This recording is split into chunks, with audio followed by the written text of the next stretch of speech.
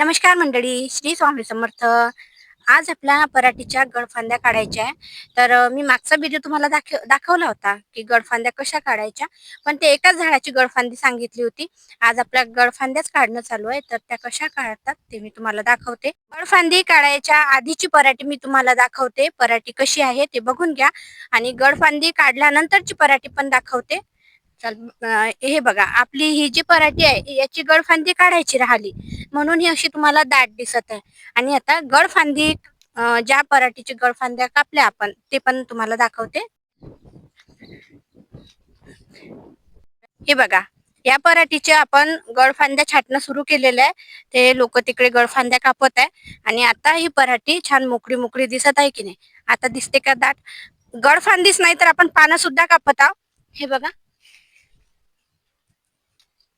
हे बघा, पानं सुद्धा कापले आणि याच्या गळफांद्या सुद्धा कापल्या. आधी म्हणजे बरेच जणांना असं वाटत होतं की पराठी खूप दाट झाली, खूप दाट झाली. पण पराठी जरी दाट झाली ना, तरी आपण त्याच्या गळफांद्या आणि पानं जर छाटले तर ती पराठी दाट होत नाही.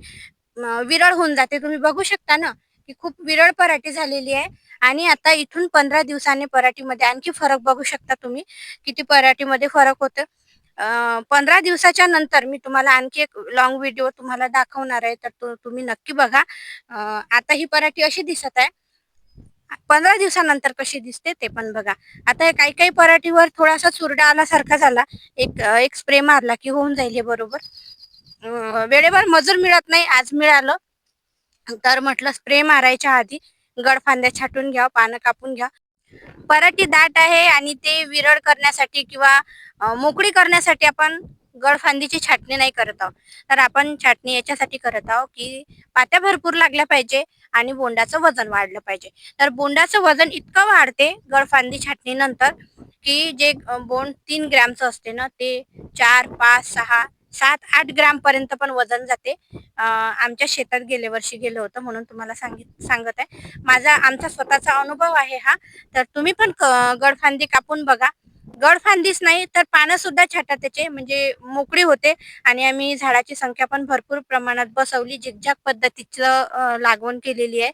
म्हणजे एका बेडवर झिकझॅक पद्धतीनं 2 साईड, या साईड त्या साईड अशी पराठी लावलेली आहे. त्याच्यामुळे तिकडची पराठी बघा दाट वाटत असेल तुम्हाला. आणि आता हे गडफांदी छाटली तर ही विरळ वाटत असेल. मोकळी हवा खेळते आणि याचं पात्या भरपूर लागतात त्याला.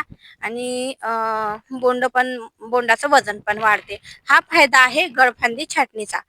तर तुमच्यापैकी पण तुम्ही असं कोणी गडफांदी वगैरे छाटते का? नसन छाटत तर नक्की छाटा. कारण गडफांदी काढण्याचे भरपूर फायदे आहेत, जे मी तुम्हाला सांगितलेलेच आहे. तर तुम्ही पण नक्की करून बघा ट्राय, आणि काय अनुभव येते ते पण मला कमेंट करून नक्की सांगा. जेव्हा आपण गडफांदी कापतो ना, तेव्हा बघा कशी पराठी वाटते.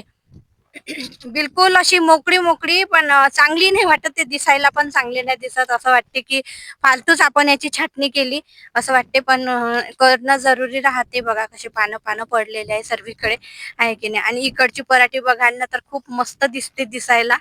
पण आता जरी ते दिसायला चांगली दिसत असली ना, पण गडफांदी काढल्यानंतरच पराठीचे भरपूर फायदे आहेत.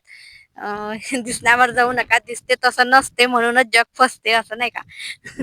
तर बघा, आता किती चांगली ही पराठी चांगली नाही दिसत आहे. गडफांदी छाटली ना, ती पराठी चांगली नाही दिसत आहे आणि इकडची पराठी चांगली.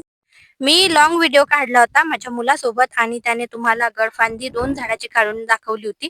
तर आता त्या झाडामध्ये काही फरक पडला का ते बघू आपण. तर चला मी तुम्हाला ते झाड दाखवते. हे बघा, हेच ते झाड आहे. याची फांदी छाटली होती आणि बघा याला किती छान, म्हणजे एकाच फांदीला पात्या लागणं सुरू झाल्या अशा 2-2. इथं 2 आहे, इथं 2 आहे, इथं 2 आहे, अशा पद्धतीच्या. आणि कसं आहे, गडफांदी जर आपण कापली ना तर झाड लवकर मॅच्युअर होते. या झाडाची पण फांदी त्याने कापल्या होत्या. तर बघा याला तर बोंड पण लागले.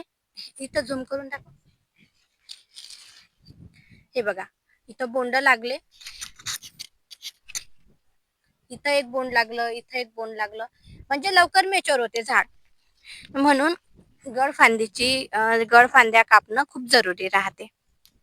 इकडं गडफांद्या कापणं सुरू आहे आणि पानं पण तोडणं सुरू आहे. तर बाजूचे जे शेतात कामाला बाया होत्या ना, त्या मला विचारत होत्या की पराठी एवढी चांगली आहे तर तुम्ही असे का बरं त्याच्या फांद्या छाटत आहे, पानं कापत आहे. तर मी त्यांना म्हटलं की 15 दिवसानंतर बघा म्हटलं तुम्ही पराठी कशी दिसते. म्हणजे त्यांना पण आमच्यावर हसायला येत होतं की चांगली पराठी असून हे का बरं छाटणी करत आहे. असो, आजचा व्हिडिओ तुम्हाला माझा कसा वाटला ते कमेंट करून नक्की सांगा. आणि हो, नवीन जर असाल तर चॅनलला सबस्क्राईब करायला विसरू नका.